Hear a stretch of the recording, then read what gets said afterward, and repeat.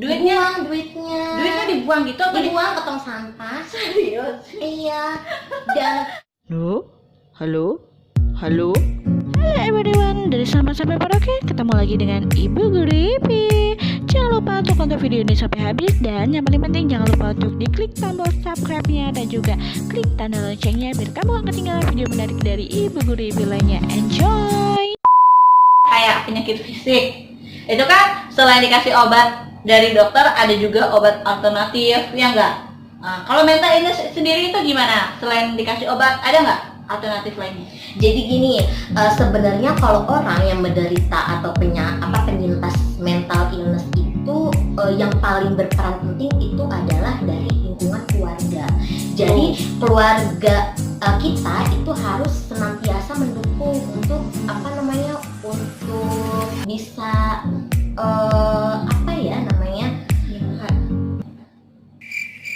apa sih?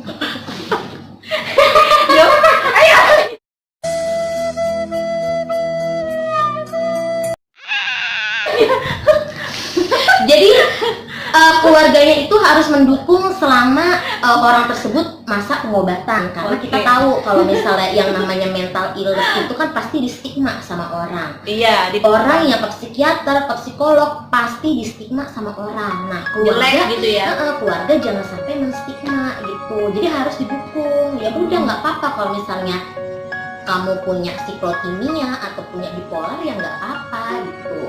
Nggak apa-apa. Jadi gitu. jangan dijudge.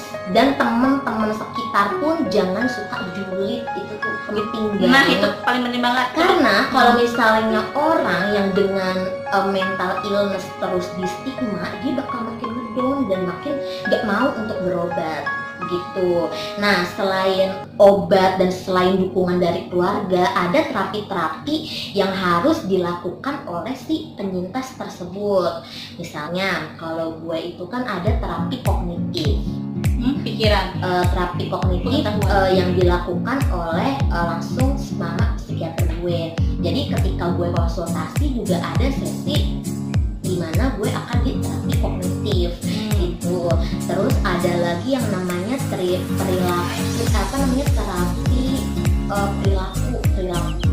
perilaku itu biasanya dilakukan oleh psikolog gitu. Terapi perilaku misalnya kayak apa? Misalnya nih, kalau misalnya kan gue juga punya OCD, jadi kalau misalnya Lu punya OCD juga? Punya OCD, cuman beda. Kalau misalnya orang biasanya itu kan OCD paling OCD sama kebersihan. Iya. OCD-nya itu sama orang.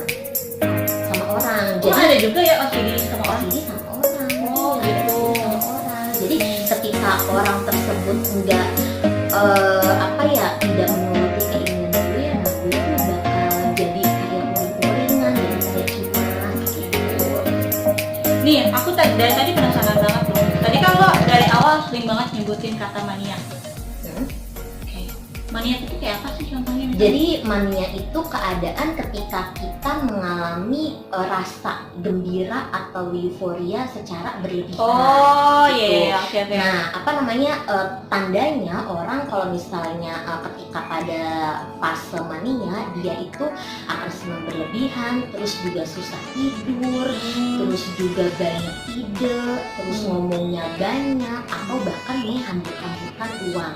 Bahkan percaya atau enggak ya, gue waktu pas mania gue muncul, gue tuh baru gajian dan uang itu kan harusnya gue tuh biasanya gue tabung sebagian atau sebagian lagi dikasih ke mama gitu.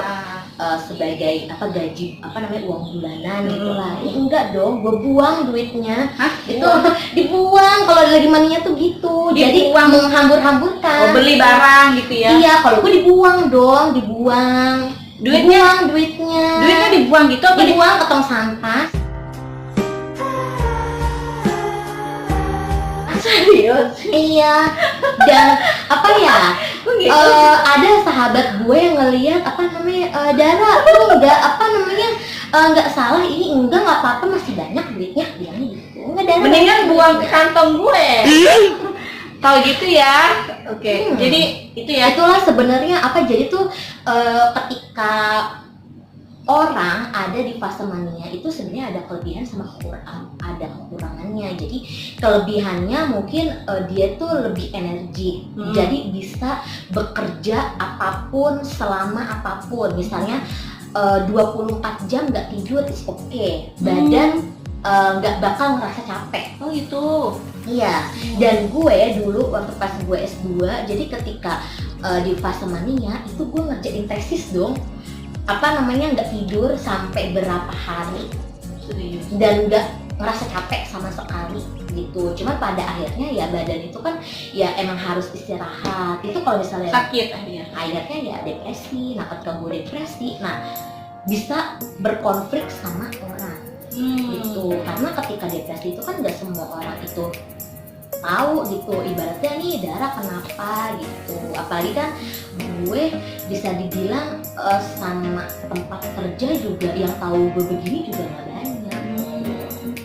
Tuh, bagi kamu nih, mungkin ada kan, kalau mungkin ada di antara kamu yang tiba-tiba suka sedih berlebihan tanpa alasan yang tanpa alasan yang jelas, terus tiba-tiba gembira gitu ya secara berlebihan tanpa alasan yang jelas gitu. Nah kalau lo sendiri sedih dan juga bahagia secara berlebihan itu sendiri ada alasannya nggak sih? Atau misalnya nggak ada alasan tiba-tiba aduh senang aja kayak gitu, nggak ada alasannya? Sebenarnya sih semua itu ada alasannya ya, cuma mungkin hal-hal itu sepele gitu.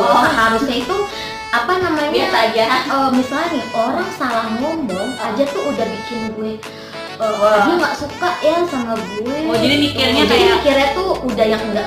oh gitu. Padahal komunikasinya harus baik sih, tapi kenyataannya guys gue itu komunikasinya kurang baik sama orang, sampai pada akhirnya gue itu senantiasa atau bukan senantiasa sih, sering berkonflik sama orang karena orang itu nggak ngerti gue itu kenapa. Jadi kadang-kadang ya lu kan suka lihat kan gue itu tiba-tiba ngamuk-ngamuk, disenggol dikit aja ngamuknya kayak Tampon gitu kan. Atau ketika lu menyinggung gue dikit, ada orang yang menyinggung gue dikit, tapi gue itu nyemprotnya itu sampai berkali-kali sampai basah gitu. Bahkan percaya atau enggak, setahun yang lalu gue itu ya ampun, ketika emang gue lagi ada masalah sama ada masalah yang terjadi di lingkungan di keluarga itu sekitar bulan November gitulah, sampai bener-bener gue itu bener-bener dalam keadaan yang emang udahlah akhirin aja. Terus di waktu yang lain gitu ada temen yang lumayan dekat, yang dulunya dekat, cerita tentang keluh kesahnya dia. Terus tiba-tiba gue ngamuk yang sebenarnya itu nggak ngaruh gitu sama gue, tapi gue tuh ngamuk berlebihan, terus orang tersebut marah. Yang tadinya mau curhat malah marah.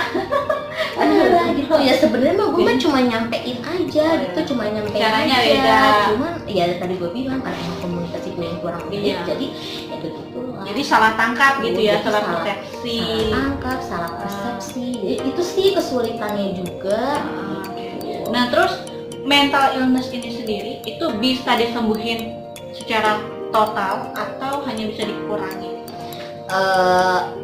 Dari artikel-artikel yang gue baca, dari buku-buku yang gue baca, dan nanya ke psikiater juga, menurut gue kan ya siklotimia yang gue alami itu nggak bisa disembuhin, itu bakal menetap ada selama gue hidup. Tapi siklotimia ini bisa bisa kita obati, bisa kita kontrol gitu ya, dengan menjalankan terapi-terapi itu, terapi obat, terapi kognitif, terapi perilaku, ditambah ditunjang dengan aktivitas-aktivitas lain, misalnya kayak sleep hygiene, terus juga gue meditasi, terus Sleep hygiene apa? Jadi